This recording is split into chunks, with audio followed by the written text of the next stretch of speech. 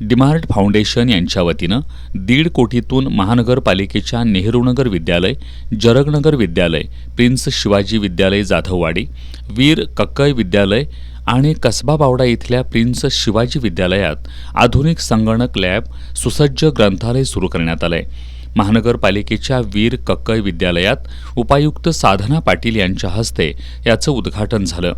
यावेळी डीमार्ट फाउंडेशनचे सिद्धांत मालवणकर, परेश शिवशरण, रोहित खाटोरकर, प्राथमिक शिक्षण समितीचे प्रशासन अधिकारी R.V. कांबळे, शैक्षणिक पर्यवेक्षक उषा सरदेसाई, चंद्रकांत कुंभार आदी उपस्थित होते.